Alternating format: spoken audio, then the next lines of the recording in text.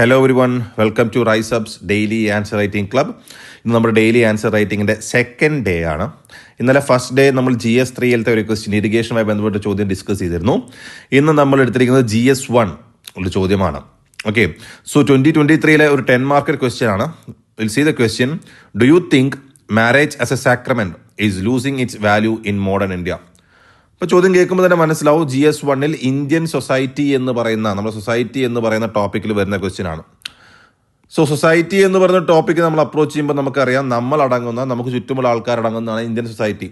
അപ്പോൾ ഈ സൊസൈറ്റിയിലെ ഒരു പാർട്ട് ആയതുകൊണ്ട് തന്നെ സൊസൈറ്റിയിലെ ഫീച്ചേഴ്സും ഇവിടുത്തെ മറ്റു കാര്യങ്ങളെ പറ്റി നമുക്ക് വ്യക്തമായൊരു ധാരണ ഉണ്ടാവും. സോ ആ എക്സാംസ് ഒക്കെ കോട്ട് ചെയ്ത് എഴുതുക എന്നുള്ളതാണ് നമ്മളോട് ചെയ്യേണ്ടത്. എക്സാമ്പിൾസ് കോട്ട് ചെയ്യുമ്പോൾ ശ്രദ്ധിക്കേണ്ട ഒരു കാര്യം, പൊതുവെ കേരളത്തിലെ കുട്ടികൾ എഴുതുമ്പോൾ ആൻസർ വായിക്കുമ്പോൾ കാണുന്ന ഒരു കാര്യം എന്ന് വെച്ചാൽ നമ്മൾ കൺസിഡർ ചെയ്യുന്നത് കേരളത്തിൻ്റെ സൊസൈറ്റി എന്ന രീതിയിലായിരിക്കും പൊതുവെ. Like Kerala is considered be one of the എഡ്യൂക്കേഷനിലൊക്കെ മുന്നോട്ട് നിൽക്കുന്ന സംസ്ഥാനമായി കണക്കാക്കുന്നതുകൊണ്ട് ഈ ഒരു കണ്ടീഷൻ വെച്ച് എഴുതി കഴിഞ്ഞാൽ നമുക്ക് ഇന്ത്യയുടെ കണ്ടീഷൻ അഡ്രസ് ആവില്ല. So you are aspiring to be a civil servant. അപ്പോൾ നമ്മൾ എപ്പോഴും അപ്രോച്ച് ചെയ്യേണ്ടത് ഒരു ഇന്ത്യ എന്ന് പറയുന്ന കോണ്ടെക്സ്റ്റിലായിരിക്കണം. ലൈക്ക് ഇന്ത്യയുടെ ടോട്ടൽ സൊസൈറ്റി എന്ന രീതിയിലായിരിക്കും നമ്മൾ അപ്രോച്ച് ചെയ്യേണ്ടത്. അപ്പോൾ ചോദ്യത്തിലേക്ക് വരികയാണെങ്കിൽ, do you think marriage as a sacrament is losing its value in modern India? ആധുനിക ഇന്ത്യയിൽ മാരേജ് ഒരു സാക്രമെന്റ് എന്ന രീതിയിൽ മാരേജിന് വാല്യൂ നഷ്ടപ്പെടുന്നുണ്ടോ ഇല്ലയോ എന്ന് നിങ്ങൾ ചിന്തിക്കുന്നുണ്ടോ എന്നാണ് ചോദ്യം. അപ്പോൾ ഈ ചോദ്യത്തിന്റെ ഡയറക്റ്റീവ് നോക്കിക്കഴിഞ്ഞാൽ ഡു യു തിങ്ക് എന്നാണ്. അത് നിങ്ങൾ അങ്ങനെ വിചാരിക്കുന്നുവോ, നിങ്ങൾ അങ്ങനെ ചിന്തിക്കുന്നുവോ എന്നാണ് അതിന്റെ directive. Marriage as a sacrament is losing its value എന്ന് പറയുന്നതാണ് അതിന്റെ കീ തീം. മോഡേൺ ഇന്ത്യയിലെ എങ്ങനെയാണെന്ന് നോക്കാം. അപ്പോൾ ഈ ചോദ്യം എങ്ങനെയാണ് ഇതിൻ്റെ ആൻസർ സ്ട്രക്ചർ ചെയ്യേണ്ടത്? നമുക്കറിയാം, ഇൻട്രൊഡക്ഷൻ, ബോഡി, കൺക്ലൂഷൻ. നമ്മൾ ഇന്നലത്തെ വെബിനാറിൽ പറഞ്ഞിരുന്ന കാര്യമാണ്, 2 ദിവസം മുന്നത്തെ വെബിനാറിൽ പറഞ്ഞ കാര്യമാണ്. ഇൻട്രൊഡക്ഷൻ, ബോഡി, കൺക്ലൂഷൻ എന്ന് പറയുന്ന ഒരു രീതിയിൽ നമ്മൾ എഴുതണം എന്നുള്ളത്. അപ്പോൾ ബോഡിയെ നമ്മൾ ഇവിടെ എന്തൊക്കെ കാര്യങ്ങൾ ഉൾപ്പെടുത്തണം എന്ന് വെച്ച് കഴിഞ്ഞാൽ, do you think marriage as a sacrament is losing its value? അപ്പോൾ നമ്മൾ വിചാരിക്കും ഒന്നുകിൽ ലൂസിങ് ഇറ്റ്സ് വാല്യൂ അല്ലെങ്കിൽ വാല്യൂ നഷ്ടപ്പെടുന്നില്ല. ഇതിൽ ഏതെങ്കിലും ഒരു സ്റ്റാൻഡാണ് നമ്മൾ എടുക്കേണ്ടത്. അപ്പോൾ ആ സ്റ്റാൻഡ് നമ്മൾ എടുക്കുമ്പോൾ ആ ഒരു ഭാഗം, like if you are considering that marriage is not losing its value, അതിനെപ്പറ്റി 10 പോയിന്റ് എഴുതണം എന്നായിരിക്കും നമ്മുടെ മനസ്സിൽ വരുന്നുണ്ടാവുക. പക്ഷേ അല്ല, ഇവിടെ നമ്മൾ 2 കാര്യത്തിനെയും പറ്റി പറയണം. അതായത് മാരേജ് ഈസ് ലൂസിങ് വാല്യൂ എന്ന് പറയുന്ന രീതിയിലും പറയണം, marriage is not losing value, it still important എന്ന് പറയുന്ന രീതിയിലും പറയണം. എന്നിട്ട് ഡു യു തിങ്ക് എന്ന രീതിയിലായതുകൊണ്ട് കൺക്ലൂഷനിൽ വേണമെങ്കിൽ നമുക്ക് എന്ത് ചെയ്യാം, you can take A stand if you want. Okay, നിങ്ങൾക്ക് ഒരു സ്റ്റാൻഡ് എടുക്കാം, ഈ 2 ഏതെങ്കിലും സ്റ്റാൻഡ് എടുക്കാം, അല്ലെങ്കിൽ ഇതല്ലാതെ മറ്റേതെങ്കിലും സ്റ്റാൻഡ് നിങ്ങൾക്ക് എടുക്കാൻ കഴിയുന്നെങ്കിൽ അങ്ങനെയും എടുക്കാം. But in the body part of the answer നമ്മൾ 2 സൈഡും പറയണം. എന്ത്? ഇറ്റ്സ് ലൂസിങ് ഇറ്റ്സ് വാല്യൂ എന്നുള്ള കാര്യം പറയണം, it's not losing its value എന്നുള്ള കാര്യവും പറയണം. അപ്പോൾ നമുക്ക് നോക്കാം എങ്ങനെ ഈ ഒരു ചോദ്യത്തിന് ഇൻട്രൊഡ്യൂസ് ചെയ്യും, ഇതിൻ്റെ ആൻസർ നമുക്ക് എങ്ങനെ ഇൻട്രൊഡ്യൂസ് ചെയ്ത് കൊണ്ടുപോകാൻ പറ്റും എന്നുള്ളത്. ബേസിക്കലി ഈ ചോദ്യത്തിലെ ക്രക്സ് എന്താണെന്ന് വെച്ചാൽ, ഇന്ത്യയിൽ മാരേജ് എന്ന് പറയുന്നത് ഈസ് അണ്ടർ ഗോയിങ് ചേഞ്ചസ്, അല്ലെ? ധാരാളം മാറ്റങ്ങൾ മാരേജിൽ സംഭവിക്കുന്നുണ്ട്. ആ ചേഞ്ചസ് എന്നുള്ളത് മാരേജിനെ സ്ട്രെങ്തൻ ചെയ്യുകയാണോ വീക്കൻ ചെയ്യുകയാണോ? അതാണ് നമ്മളെ ക്വസ്റ്റ്യൻ എന്ന് മനസ്സിലാക്കേണ്ട ഒരു കാര്യം എന്ന് പറയുന്നത്. ഓക്കെ, അതാണ് അതിലെ ഇന്നർ ക്വസ്റ്റ്യൻ എന്ന് പറഞ്ഞാൽ, അത് സ്ട്രെങ്തൻ ചെയ്യുകയാണോ വീക്കൻ ചെയ്യുകയാണോ? അപ്പോൾ ഈ ചേഞ്ചസ് വരുവാനുള്ള കാരണം നമ്മൾ ഇവിടുത്തെ ലിവിങ് കണ്ടീഷൻസിൽ വരുന്ന മാറ്റമാവാം, ഗ്ലോബലൈസേഷൻ എന്ന് പറയുന്ന ഒരു ഫാക്ടർ ആവാം, അല്ലേ? നമുക്ക് ചുറ്റുമുള്ള സ്ഥലത്തുള്ള കൾച്ചറെല്ലാം നമ്മൾ ആക്സെപ്റ്റ് ചെയ്യുന്നു, അപ്പോൾ അതിൽ നിന്ന് വരുന്ന മാറ്റങ്ങളാവാം, ആൾക്കാരുടെ ലൈഫ് സ്റ്റൈൽ ചേഞ്ചസ് ആവാം, അങ്ങനെ ഒരുപാട് കാരണങ്ങളാണ്. അപ്പോൾ ഇൻട്രൊഡക്ഷൻ എങ്ങനെ എഴുതാമെന്ന് നോക്കാം.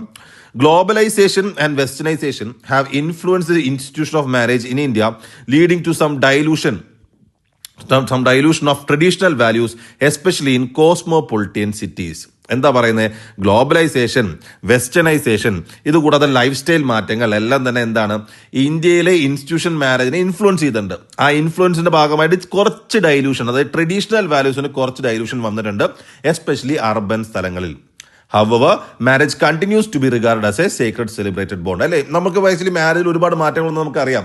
അതായത് മുൻപത്തെ ഒരു ട്രഡീഷണൽ നേച്ചർ ഇന്നത്തെ മാരേജിന് കുറേയൊക്കെ നഷ്ടപ്പെട്ടിട്ടുണ്ട്. പക്ഷെ എന്നിരുന്നാലും marriage still consider to be important. അതേ കാര്യം തന്നെ നമ്മൾ ഓപ്പൺലി എന്ത് പറഞ്ഞു, ഇൻട്രൊഡക്ഷനിൽ പറഞ്ഞു.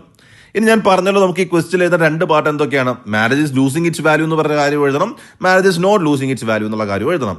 സോ നോക്കാം, what all points we can generate regarding the point, like heading that marriage as a sacrament is losing value.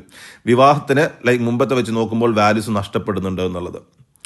അതായത് marriage it lead to a family, അല്ലെ? ഒരു ഫാമിലി എന്നുള്ള കോൺസെപ്റ്റിലേക്കാണ് നീങ്ങുന്നത്. അതായത് ഒരു ഇൻഡിവിജ്വൽ എന്നുള്ളത് 2, 3, 4, 5 പേരായി മാറുന്നു ആ ഇൻസ്റ്റിറ്റ്യൂഷൻ വഴി, അല്ലെ? സോ ഇവിടെ ഏറ്റവും വന്നൊരു മാറ്റങ്ങളിൽ ഒന്നാണ് എന്ത്?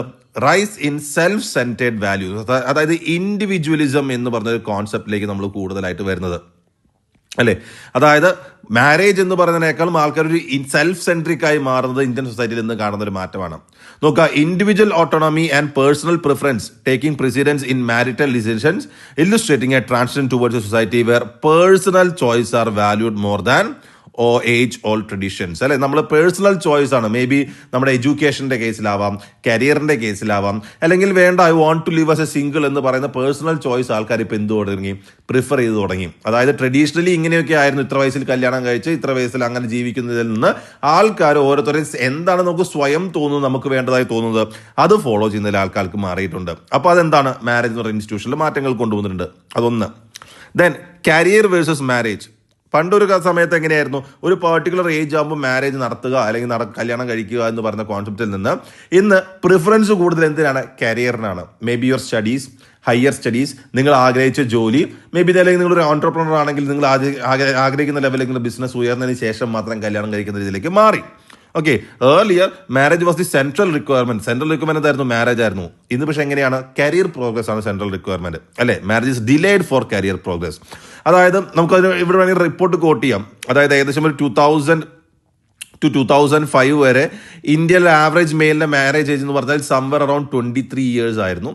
ഇപ്പോൾ it increase to around 25 years ആയിട്ട് ആവറേജ് ഏജ് മാറിയിട്ടുണ്ട്. So that means delaying marriages എന്ന് പറയുന്ന കോൺസെപ്റ്റ് അവിടെ നടക്കുന്നുണ്ട്. Then increase in divorce rates. അല്ലെ, മാരേജ് ഒരു കാലഘട്ടത്ത് ഭയങ്കര ഡിവൈൻ ആയിരുന്നു, അതായത് ഭയങ്കര സാക്രോസാങ്ക്റ്റ് ആയിരുന്നു. ദാറ്റ് മീൻസ് ലൈക്ക് ഡിവേഴ്സ് എന്നുള്ള കോൺസെപ്റ്റിനെ നമുക്ക് അധികം നമ്മൾ ആക്സെപ്റ്റ് ചെയ്യാത്തൊരു കോൺസെപ്റ്റ് ആയിരുന്നു. അല്ലേ, ഒരു ഡിവേഴ്സി എന്ന് പറഞ്ഞു കഴിഞ്ഞാൽ സൊസൈറ്റിയിൽ ആ രീതിയിൽ കണ്ടുകൊണ്ടിരുന്ന സമയമായിരുന്നു. പക്ഷേ ഇപ്പോഴെന്താണ്, ഡിവേഴ്സ് റേറ്റ്സ് കൂടുന്നു. ഡിവേഴ്സ് റേറ്റ്സ് കൂടുന്നു പറഞ്ഞാൽ ലൈക്ക് മാരേജ് എന്ന് പറഞ്ഞ ആ ഒരു ഇൻസ്റ്റിറ്റ്യൂഷനിൽ ബേസിക്കലി വർക്ക്ഔട്ട് ആവുന്നില്ല എന്ന് തോന്നി കഴിഞ്ഞാൽ people are now ready to come out of that relationship. അല്ലേ, so there is 60% increase in divorce rates in last 2 decades. അതായത് മുൻ വർഷങ്ങളിൽ നോക്കുമ്പോൾ കഴിഞ്ഞ 20 വർഷങ്ങളിൽ ഏകദേശം 60% ഇൻക്രീസ് വന്നിട്ടുണ്ട്. അപ്പോൾ ഇൻക്രീസ് ഇൻ ഡിവേഴ്സ് റേറ്റ്സ് കാണിക്കുന്നത് എന്താ, marriage is losing its value എന്നുള്ള കാര്യത്തിൽ വേണമെങ്കിൽ പറയാം. Then increase in acceptance to live in relationship and single parenting. ഇപ്പോൾ ഫോർ എക്സാമ്പിൾ മാരേജ് എന്ന രീതിയിൽ ഒരു പാർട്ട്ണർഷിപ്പാണ് നമ്മൾ ഉദ്ദേശിക്കുന്നത്, അല്ലെങ്കിൽ ഒരു ചൈൽഡ് കെയർ ആണ് നമ്മൾ ഉദ്ദേശിക്കുന്നത്, അല്ലെങ്കിൽ ഒരു കുട്ടി വേണം, ഒരു പാരന്റ്ഹുഡ് ആണ് ഉദ്ദേശിക്കുന്നതെങ്കിൽ അതിനും ഇപ്പോൾ ആൾട്ടർനേറ്റീവ്സ് വന്നു തുടങ്ങി. അല്ലേ, you need not be married to have a living, ഒരു പാർട്ട്ണർ വേണമെന്നുണ്ടെങ്കിൽ you can have a live in relationship. അതേപോലെ സിംഗിൾ പാരന്റിങ് ഇപ്പോൾ വരുന്നുണ്ട്. അപ്പോൾ അതുകൊണ്ട് തന്നെ മാരേജ് എന്നൊരു സംഭവം ഇല്ലെങ്കിൽ കൂടി പീപ്പിൾ ആർ ഗെറ്റിംഗ് അതിൽ നിന്നുള്ള പാർട്ട്ണർഷിപ്പും കാര്യങ്ങളൊക്കെ കിട്ടുന്നുണ്ട്. So there is increasing acceptance in living relationship and single parenting.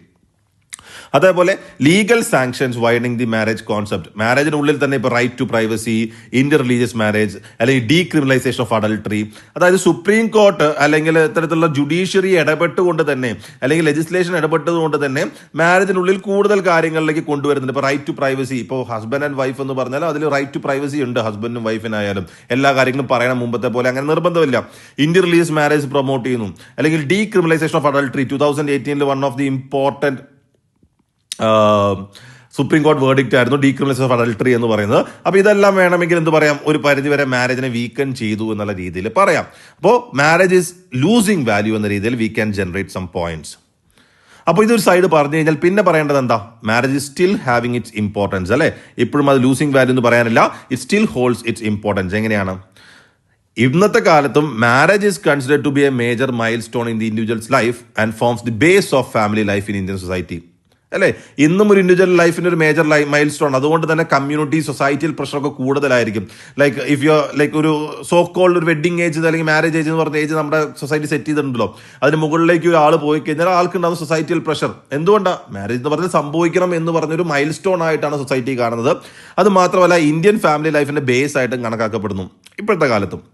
Then it's evident from the big fat weddings that is common along different parts of the country. അല്ലേ, എത്രയോ രൂപ ചെലവാക്കിയിട്ട് വലിയ വലിയ ഫങ്ഷൻസ് ആയിട്ടാണ് മാരേജ് നടത്തുന്നത്. That means marriage is considered to be a celebration. അല്ലെ, ആളുടെ milestone ആയിട്ട് വരുന്ന രീതിയിൽ ബിഗ് ഫാറ്റ് വെഡിങ്. ഇത് ബിഗ് ഫാറ്റ് വെഡിങ് എന്ന് പറയുന്നത് it's not regional nature. All classes or all sections or all regions of India എല്ലായിടത്തും ഒരേപോലെ തന്നെ we can see the big fat wedding. അതായത് ഒരാളുടെ ലൈഫിലെ ഏർണിങ്സിന്റെ one of the major person will be spend for the wedding. ഒന്നില്ലെങ്കിൽ ആളുടെ തന്നെയോ അല്ലെങ്കിൽ ആളുടെ മക്കളുടെ വെഡിങ്ങിന് സ്പെൻഡ് ചെയ്യുന്ന രീതിയിലാണുള്ളത്. That shows the importance of marriage. Then religious and spiritual significance, അല്ലെ?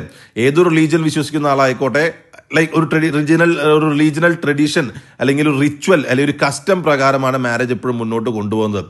Like there are other cases, like എല്ലാത്ത കേസുകളും ലൈക്ക് ഇപ്പോൾ ഉയർന്നു വരുന്നുണ്ട്, പക്ഷെ എന്നിരുന്നാലും മെജോറിറ്റി കേസസ് അങ്ങനെ തന്നെയാണ് പോകുന്നത്. Like we have customs and rituals related to marriage that makes its significant in the case of religion. അതേപോലെ ഒരു സ്പിരിച്വൽ സിഗ്നിഫിക്കൻസ് കൊടുക്കുന്നു. ഇതുകൂടാതെ റിലീജിയസ് മാരേജ് ഡെസ്റ്റിനേഷൻസ് ഒരുപാടുണ്ട്. ഇപ്പോൾ അമൃത്സർ ഉണ്ട്, തിരുമലയുണ്ട്, in Kerala we have Guruvayur. ഇതൊക്കെ എന്താണ്? റിലീജിയസ് മാരേജ് ഡെസ്റ്റിനേഷനായി മാറുന്നു. ദാറ്റ് മീൻസ് റിലീജിയൻ, സ്പിരിച്വൽ, അതേപോലെ കൾച്ചറൽ കാര്യങ്ങളിലേക്ക് മാരേജിന്റെ ഒരു ലൈക്ക് സിഗ്നിഫിക്കൻസ് ആണ് ഇതൊക്കെ തുറന്ന് കാണിക്കുന്നത്. Then marriage is still considered to be the transfer of inheritance, അല്ലെ? അടുത്ത തലമുറയിലേക്ക് പോകാനുള്ള ഇൻഹെറിറ്റൻസിലെ ട്രാൻസ്ഫർ ആയിട്ട് മാരേജിന് ഇന്നും കാണുന്നു. And we have government policies like Kanya Vivah Yojana, അതായത് പെൺകുട്ടികൾക്ക് വേണ്ടിയിട്ടുള്ള കല്യാണ സമയത്തിന് വേണ്ടിയിട്ടുള്ള ലൈക്ക് സെയിം സ്കീം പോലെയുള്ള കന്യാ വിവാഹ് യോജന അല്ലെങ്കിൽ മറ്റ് സ്കീംസ് ഒക്കെ കൊണ്ടുവന്നിട്ടുണ്ട്.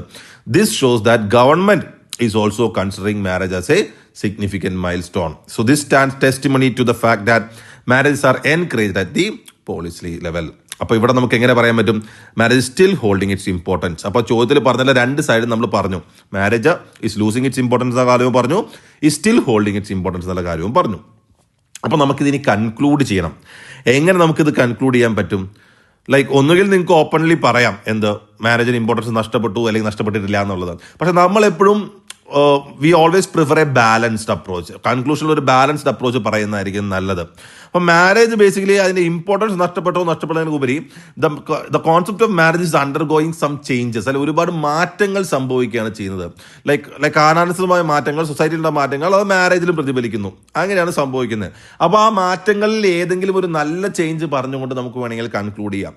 So this is the conclusion I have given. നോക്കുക, therefore marriage is still considered to be sacred celebrated value in India, especially in rural areas, but is undergoing many reforms and changes. Like ഇപ്പോഴും ഒരു celebrated സംഭവം തന്നെയാണ്, പക്ഷെ കുറെ റീഫോംസും ചേഞ്ചസും കൊണ്ടുവരുന്നു. These changes are helped in transforming marriage from a traditional patriarchal setup to a modern liberal institution. ഈ മാറ്റങ്ങൾ മാരേജിനെ കുറച്ചും കൂടി ലിബറൽ ഇൻസ്റ്റിറ്റ്യൂഷനാക്കി കൊണ്ടുവരാനായിട്ട് ഹെൽപ്പ് ചെയ്തിട്ടുണ്ട് പണ്ട് കാലത്തെ പെട്രിയാർക്കൽ സെറ്റപ്പിൽ നിന്നും. അപ്പോൾ മാരേജിൽ സംഭവിച്ച ആ ചേഞ്ചിൽ ഒരു പോസിറ്റീവ് നോട്ടിന് എടുത്ത് കാണിച്ചുകൊണ്ട് നമ്മൾ കൺക്ലൂഡ് ചെയ്യുകയാണ്. കൺക്ലൂഷനിൽ എപ്പോഴും ഒരു പോസിറ്റീവ് നോട്ടിൽ എൻഡ് ചെയ്യുന്നത് നല്ലതാണ്.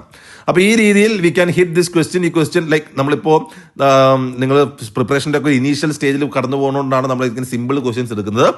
So this is how you can make an answer from this particular question, which is a PYQ from 2023.